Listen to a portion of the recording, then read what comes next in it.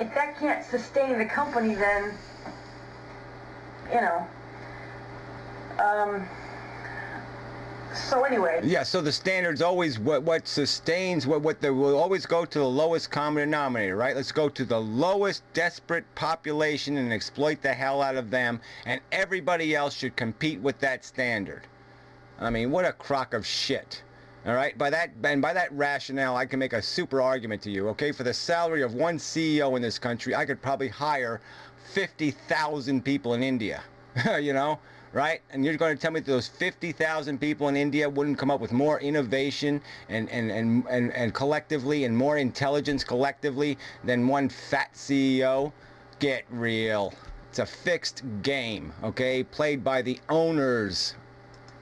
Yeah, I mean, looking at pictures of, let's say, old textile mills where there's all kinds of, like, pieces of fabric and stuff in the air, and you read, like, you know, they were, like, locked in, and they... You don't gotta go to any old pictures, okay? It's going on right now in India, okay? These freaking carpet factories over there are disgusting. It's happening right now, today, and they're coming into this country, and they're being sold in the goddamn store. And stuff in factories. None of that is any good. In fact, you would think that just plain logic would have told them not to treat their employees that way, because... No, you're missing the point. There's no consequence if they kill an employee. None whatsoever. It's a completely replaceable commodity. Why would you invest in it, right? You just exploit it. Just suck 20 years out of its life, beat the hell out of it, break its back, and then you replace it with a new one. All right, they're cogs in the machine. That's all they are. All right, you use it up as effectively as possible, and it's almost free. The replacement cost is almost free. You know, come on, you need experience to do this all day? You know, this is assembly line work. Okay, this doesn't take. You learn how to do your job in a day. Okay, we're paying people to do the same redundant task 16 hours a day. We're destroying their frickin' brains. We're torturing them every day. And you think that's a wonderful fucking way to do business? You know, I mean, employees were a commodity, so that doesn't... Nah, slaves were a commodity. Employees are nothing, okay? But you're paid for a slave. You don't pay for an employee. That's the irony. You don't pay for a migrant worker. He's worth nothing. You don't even got to put the upfront cost of sending him over here. He'll climb over the fence and run to you all on his own. Okay, it's like the slaves show up and they pay their own boat fares. It's perfect. You get them for free. They're free. They're goddamn free. It makes sense from just an economic, corporate greed standpoint. Like I said, if it made sense, guess what? It would have been done that way. It doesn't make sense to give a damn about them. They're all replaceable. But yeah, sometimes when corporations, CEOs don't act on morals on their own, then that's sometimes when regulations have to be put into place. Yeah, right, sometimes, right? I'm sure you're against all of those. I really am. I mean, for the most part, you hear that word, oh, you know, we have to deregulate, not regulate, right? I'm going to give you another example. When I worked in the restaurant business, right, there was these people imported, Chinese men.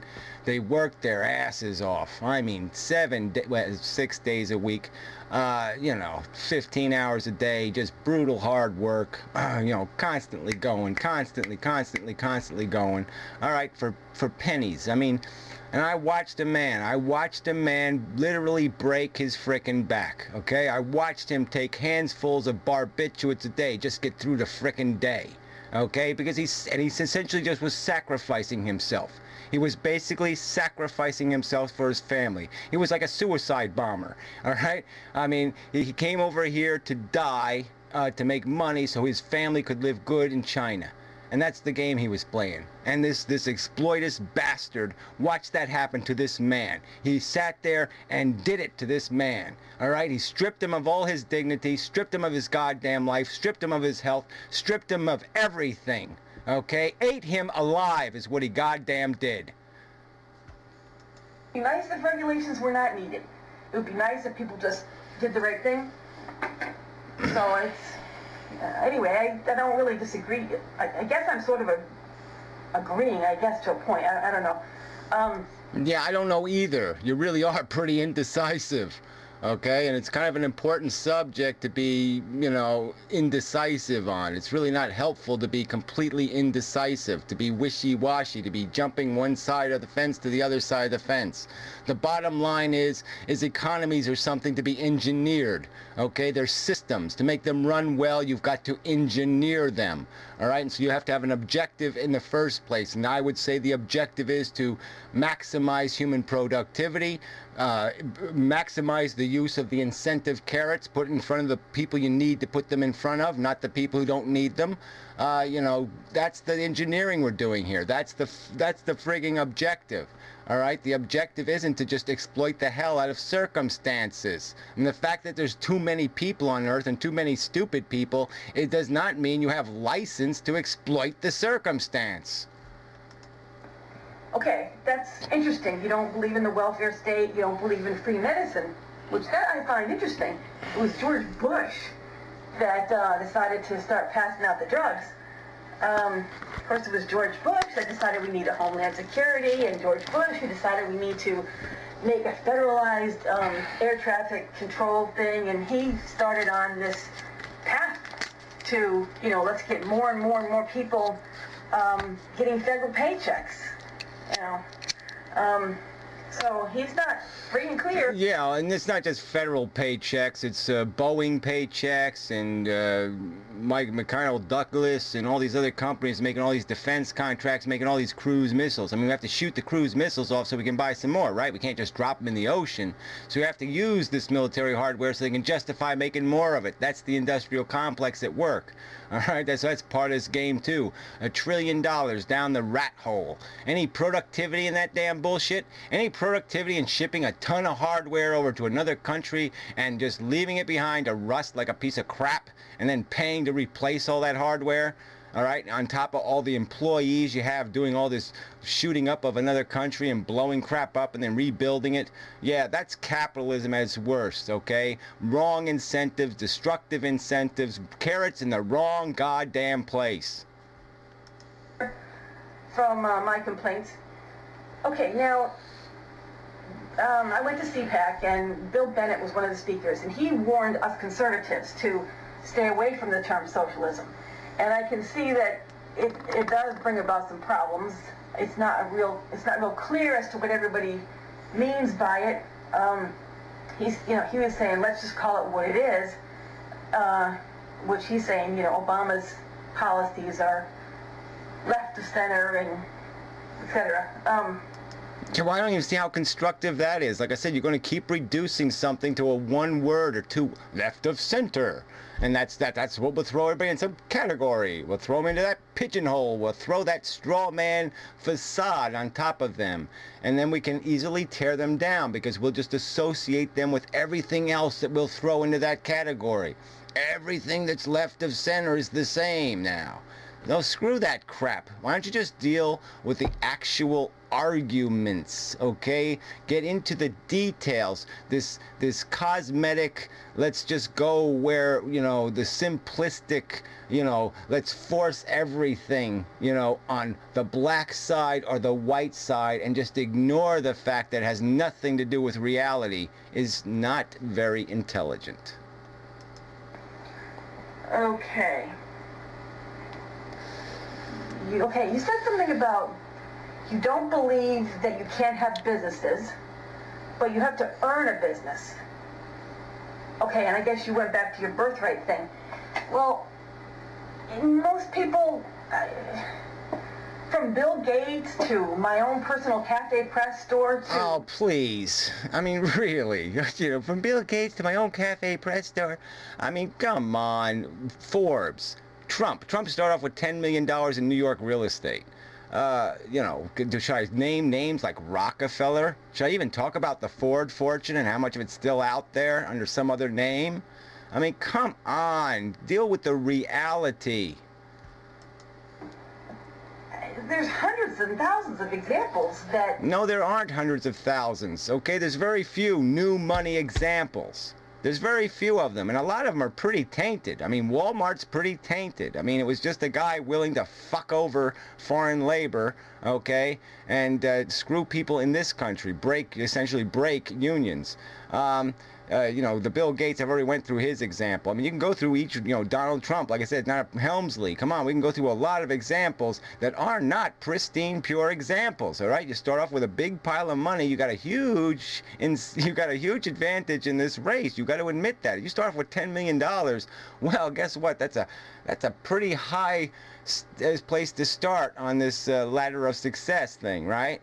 I mean, it's a pretty huge advantage. So let's not play a game, and let's get to the real numbers. Let's talk about wealth, okay? The numbers, no one gives us the real numbers because everybody gets to hide this overseas and in Swiss bank accounts and all these other places where all this wealth is, okay? All this Rothschilds and the rest of these people, they own shit all over the frickin' world, all right? So we don't get the true numbers, all right, the actual numbers, but the estimates are that 3/4 of the wealth, of the ownership, of the stocks in trade, all the mortgages, all the everything is owned by 5% of the population, and 3% of the population, and that up to 90% is owned by 5% of the population. That's the real world, okay? And that ownership wasn't earned by all those people. 90% of that is possessed by, look, 90% of the Walmart fortune, obviously, 99% of it, not 100% of it, into the hands of people who had nothing to do with inventing Walmart. Nothing to do with it. Could be put out there that people didn't have any inheritance money when they started the business. They either got a second mortgage on their house. Well, like I said, you'll find 15 such examples, okay, of people that started from nothing and made everything. But most of the examples are going to be somebody who started with something, an advantage, okay, a head start. So no point in talking the fairy tale, because the fairy tale isn't the substance of the reality. Okay, and the reality is the people who own the stock, who own the venture capital, who own all the rest of this stuff, those people did not earn their ownership. They did not earn their control. They either went to investment, what do you call them? Investment people, or however they did it. They started small. They worked a couple of jobs while they were trying to start the business. There's a heck of a lot more examples of... I'm sorry, that's just flat out wrong. There's a heck of a lot more examples of exactly the opposite. There's a hell of a lot more examples of the Hearst scenario. The Hearst fortune is still out there too. Okay? Okay, I mean, they would, you know, the California owns Shangri-La or whatever the hell it's called. Okay, but there's still a ton of that Hearst fortune, that empire still out there. All right, so don't play this game, okay? It's a frickin' game. That's not how most wealth has been acquired. It has been acquired through birthright. Most ownership is in the hands of people who did nothing but be born to it. Businesses that formed from pulling your own bootstraps up. My relatives came from Poland, and they... Yeah, again, look, so we're going to use these little frickin', you know, who cares where your relatives came from? Who cares about these little simplistic examples of nothing? It has nothing to do with the common reality. Did all sorts of things. They had, if they had one extra little room in their house, or a little piece of attic space, like a kind of a loft area, they would rent it out to people. And just all kinds of ways to, you know, bring in a little bit of money here and there and survive. Yeah, and I give you 10,000 more examples of people who did exactly that, and guess what? Their kid got cancer, they went bankrupt, they all died. You know, come on. So, yeah, I mean, it is a little bit sickening to see, who was it? The Kennedy boy that got killed in the plane crash. He, you know, could just write a check to start up a magazine, whatever that magazine was. But I just don't see how that fits in with capitalism. Well, guess what? That's whose hands most all of the capital is in. Okay, go look up the name Rothschild, okay? It's only about a 500-year-old fortune. Okay, go trace the money. Go, what this from a line in the movie, right? Follow the money or something. Where's the money? Well, follow the money. Okay, there's a trail. Okay, and guess what? There's huge fortunes out there that's been existing for decades or hundreds of years or maybe even longer. All right, there's still slave plantation money out there. Yeah, I don't know. So, all right, that's all. Bye-bye. Okay, that is all. Yeah, well, look, come on. I'm just saying, the argument's got to be a little more than cliche Republican, Democrat, capitalist, communist rhetoric. I mean, there's really no point in going there, is there? There's no, at least you're not going to get anything more than the hostility that I've given, all right? Because you don't deserve better than that. So until you're going to bring the real argument, what do you want? This is just bullshit. I can't argue with bullshit. So drop the fairy tales, deal with the real issues.